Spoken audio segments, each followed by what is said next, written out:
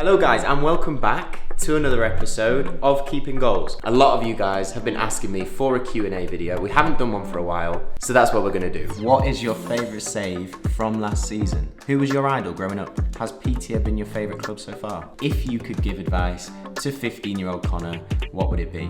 Now, on the topic of Ben Foster, we all know that he calls himself the cycling GK. He's got a fancy bike, but he's not the only goalkeeper with a bike, because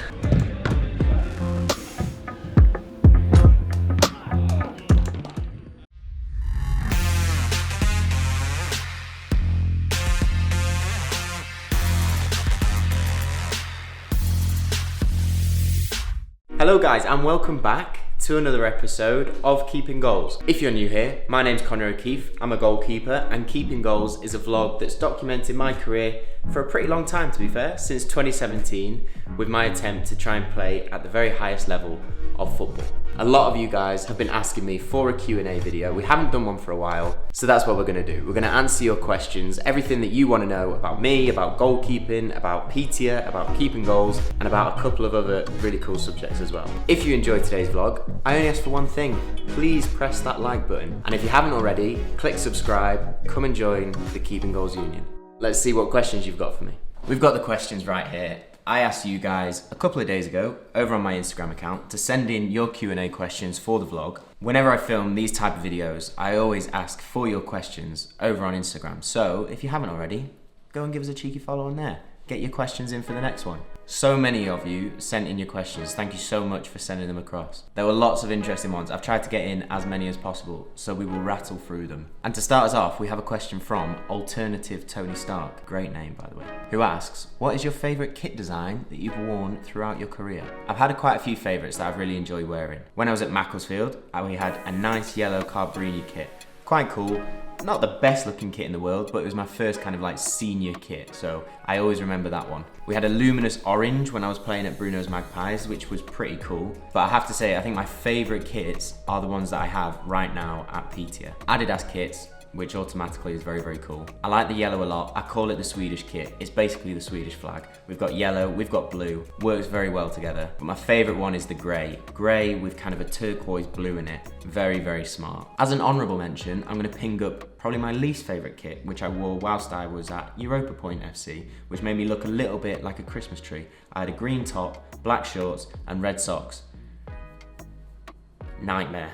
We'll stick with the kit theme for this next question because Conor asks, another great name by the way, which Callia glove model is your favourite and why? For those of you that don't know, Callia is the glove brand that I wear, incredible gloves. And my favourite Callia glove model is the Powerlight Negative Cut. And as if by magic, I have some right here to show you guys. You probably know these gloves, I've talked about them a lot before, but the Powerlights for me are a great combination of fit, very kind of tight to the hand with the negative cut, just feels like an extension of my hand. Look very, very cool. And the quality and durability are incredible. And my favorite colorway are either these, the reds, or the all white Callias. I haven't actually got any of the all whites with me right now, but I need to get some more because they are just a beautiful, beautiful glove. And you can use a discount code O'Keefe, save a little bit of money on them.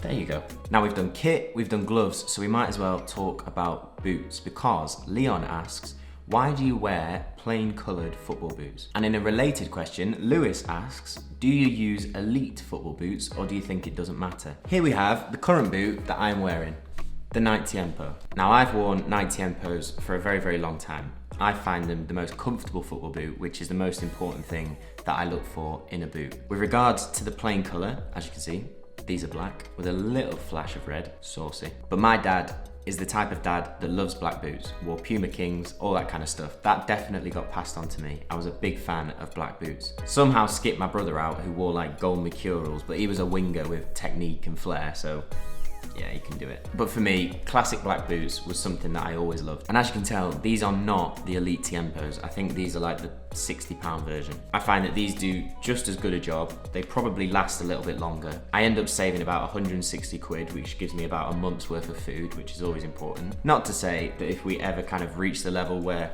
Nike want to send me Tiempos, send me the lovely elite ones. That'd be really great. Next question, and King Seb asks, what camera gear do you use for filming training sessions and filming games? Very good question. I talk a lot about filming training sessions or filming games and watching that footage in order to learn. Personally, I use this, which is the GoPro Hero 8. This is a little bit more expensive, but I would encourage kind of any camera that you can afford, the cheapest one you can get, just to film your sessions and even to film your games. At Petia, we have someone that kind of films the game and we can access that footage as players. But in the past, I've taken a GoPro along and kind of put it behind my goal to watch my games back, or asked a family member or a friend to kind of film the games. And that's been really important to me to help me to improve. And sticking on the theme of filming, Toby asks, if you could film a video with any Premier League goalkeeper, who would it be? If I could pick any, I'd have to pick Joe Hart. I have always been a massive Joe Hart fan. Even as a Man United fan, I've been a massive Joe Hart fan. From when I was younger, watching him play at Birmingham, at City, England, now playing with Tottenham, I'd love to be able to do a session with Joe, to watch how he works, to learn from him, to ask him questions about his career and everything that he's been able to achieve and everything that he's doing at the minute. That would be really cool. Jason asks, not really a question, but I think it would be cool if you could do something like Ben Foster has done with the GoPro in the goal. This is for those of you that have been living under a rock, but Ben Foster has a very, very cool YouTube channel. And in it, he puts his GoPro in the back of the goal, films himself during championship matches. It's incredible. You can hear all the communication, you can see his footwork, the saves he makes. So many of you guys have asked me about putting the GoPro in the goal. I can't tell you. To be honest, I've never really thought about it. I'm just concentrating on trying to play as well as possible, help the team to win, keep the clean sheets. That's all that I'm worried about. But watching Ben Foster's channel, you will learn so much, especially as a young goalkeeper. So I can't recommend it highly enough. Absolute legend, top guy, top keeper, and a top channel as well. Now, on the topic of Ben Foster, we all know that he calls himself the cycling GK. He's got a fancy bike, we get it. But he's not the only goalkeeper with a bike, because look what I've got.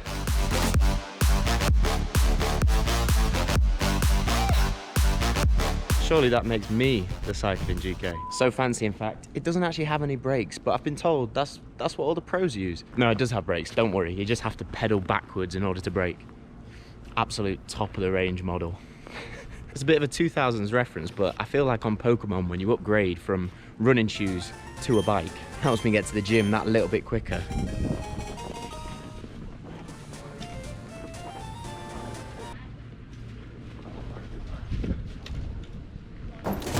Next question is, how do you find it living, training, playing in such extreme cold temperatures so far north? In general, I love it. I love Sweden, I love Petia, incredible place. I love the snow. It doesn't really affect training too much. We've been training inside all this time in pre-season. Our games have been inside. We are supposed to move outside next week, which could be interesting. There are times when it gets difficult, like when you decide you want to take your bike to the gym in order to be quicker, get halfway down the road, realize none of the roads have been cleared and there's no possible human way that you can cycle in this, especially when you don't have a helmet. I need to buy one of them soon. So now I'm pushing a bike all the way to the gym. So yeah, there are parts of living so far north which are a little bit difficult, but in general, I love it.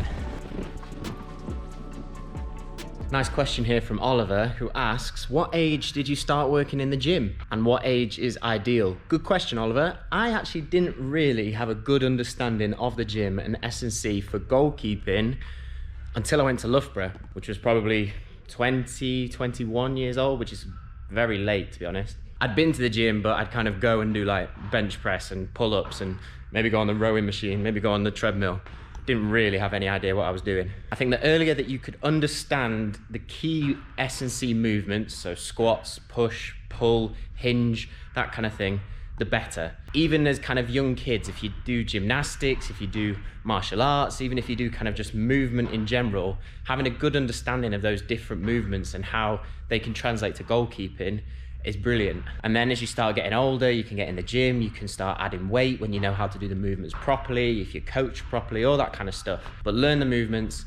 As you get older, start translating it into heavier sets in the gym, but it's never too young to start learning how to translate moving into goalkeeping. Right, I'm gonna smash through some more questions before I need to get ready for training. Let's hit them pretty quick. Dean asks, who was your idol growing up? Growing up, I had two big goalkeepers that I was a massive fan of. Tim Howard at Man United. Absolutely loved him. I know most people don't think of Man United when they think of Tim Howard, but when he was there, I loved him. Iker Casillas, incredible goalkeeper, so fast, reactions were lightning. Also an unbelievable leader and captain. And for someone who was growing up being told, you're not tall enough, you won't be big enough to be a professional goalkeeper, I could look at Iker Casillas, who was 5'11" and the best goalkeeper in the world, winning Champions Leagues, winning La Ligas, and going, he's pretty good. I think it's possible. And finally, right now, Marc-Andre ter Stegen. Love watching him. So calm, distribution with both feet, incredible keeper.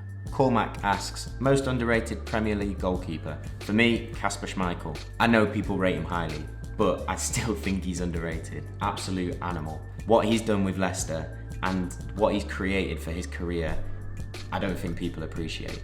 Alessandra asks, how would you catch the coach's attention if there are lots of goalkeepers at a trial? The thing about trials, you're obviously going to be nervous, you're going to be anxious, but you don't want to force things in a trial. You don't want to try things that you've never done before just to impress people. Deal with each situation that occurs to the best of your ability. But the key things which are going to be impressive, communication, talking as much as possible with your defenders, with your team. Even if you don't know the names, make the effort to learn them.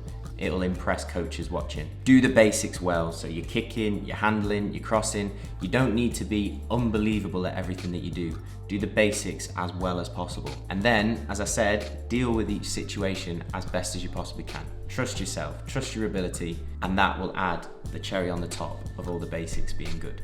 Reese asks, how have you found the transition to the Swedish setup and lifestyle? I really like it here in Sweden. The football is great. I find it a really nice balance between everything that I learned in England and everything that I learned in Spain. I feel like Sweden is a nice merging of the two together. For the league setup, we obviously did very well last year. We've got a great club, a great team, and I'm very excited to test ourselves this season in the Ettan Norra. And in terms of the lifestyle, everyone's so nice. Everyone is very, very lovely. Everyone's kind of very laid back here, very chilled, especially in Piteå. Very little stress, lots of outdoor activities, beautiful place, really, really enjoying it. Another question, has Piteå been your favourite club so far? I've been lucky to be part of some great, great clubs, but Piteå is right up there. One of my favourites, without a doubt. Will you play in Stockholm soon? Yes, we've got lots of games in Stockholm this season. I'm going to ping up the fixtures, you can have a look. Lots of teams that we will be playing in the Stockholm area, and hopefully, fingers crossed, you guys can come and watch some of those games, because that would be really, really cool. Alexander asks, do you still get nervous before matches? Absolutely, without a doubt. Nerves are good. It's good to have that little kind of tingle in your stomach. What I do is that I frame that as positively as possible. If anyone asks me, are you nervous? I go, I'm excited. I'm looking forward to it. I'm ready to play. When I feel those nerves, I tell myself, how exciting is it going to be?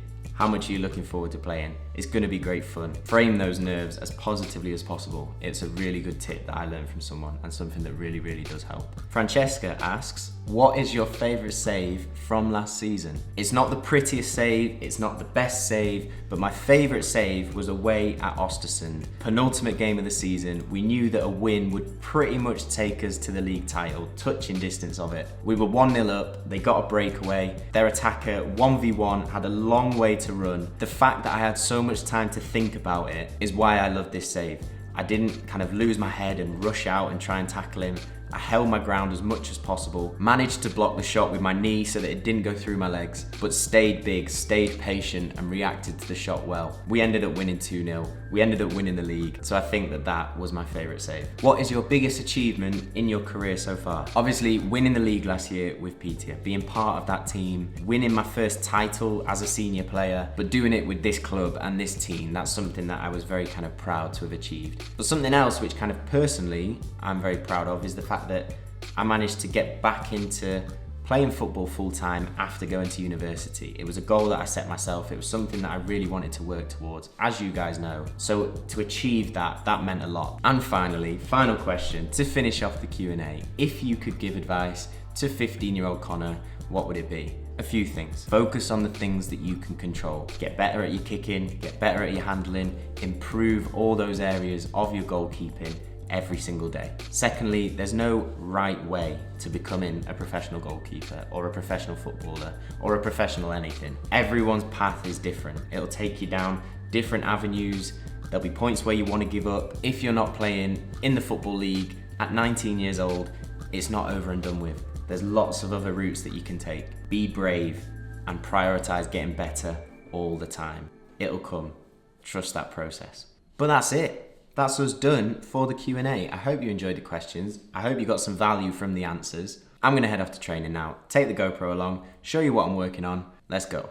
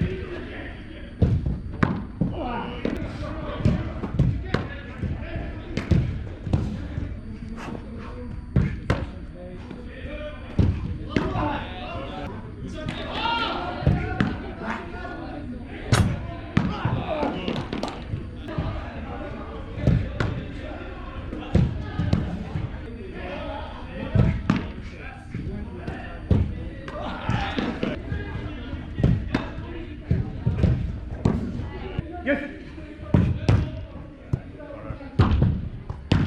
Very good. Yes.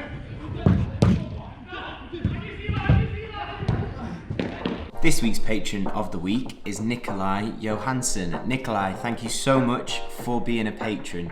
We wouldn't be able to make Keeping Goals without patrons. I say it every week, but it's true. So as a thank you, here is your Keeping Goals shout out. Now that you're a patron, Nikolai, you now get behind the scenes exclusive vlogs, early access to the podcasts, exclusive live Q&As, all sorts of benefits. So if you would like to become a patron of the Keeping Goals Union, like Nikolai, you can sign up using the link below this video. But thank you very much for watching, guys. I hope you enjoyed this week's vlog. If you did, please hit that like button. It would really help us out, help us to reach as many goalkeepers as possible. And if you haven't already and you're feeling extra nice, give that subscribe button a click. Hope you have a great week, guys. Stay safe, look after yourselves, keep chasing improvement as always. I will see you next Sunday for the next episode of Keeping Goals. Take care, and I'll speak to you in a bit.